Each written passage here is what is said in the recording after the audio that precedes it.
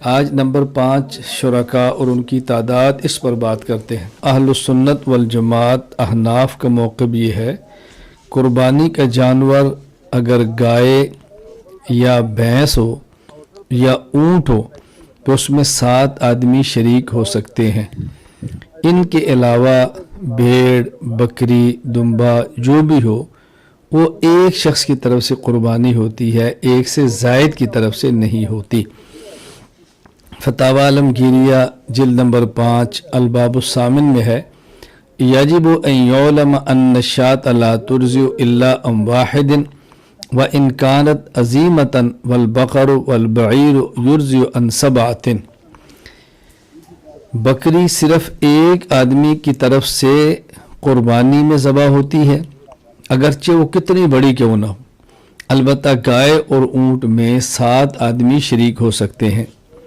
اس پر ہمارے دلائل: دلیل نمبر 1، صحیح مسلم باب الاشتراک فی الہدی واجزاء البقرہ والبدن کل منہا عن 7۔ حضرت جابر رضی اللہ تعالیٰ عنہ فرماتے ہیں، خرجنا مع رسول اللہ صلی اللہ علیہ وسلم محلین بالحج، ہم حضور اکرم صلی اللہ علیہ وسلم کے ساتھ حج کا احرام باندھ کر نکلے۔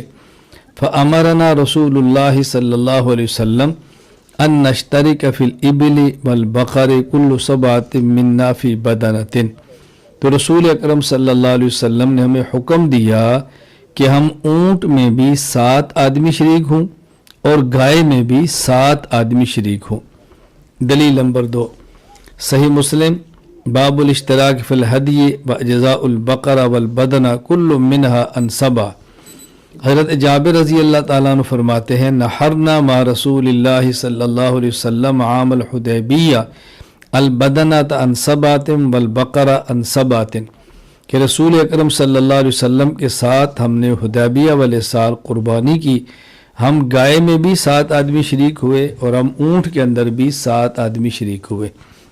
تو اہل سنت والجماعت احناف کا موقف یہی ہے، بلکہ صرف احناف ہی نہیں، تمام اہل سنت والجماعت کا یہی موقف ہے کہ قربانی کا جانور اگر گائے یا اونٹ ہو، بھینس اور بھینسا ہو، اس میں 7 آدمی شریک ہو سکتے ہیں۔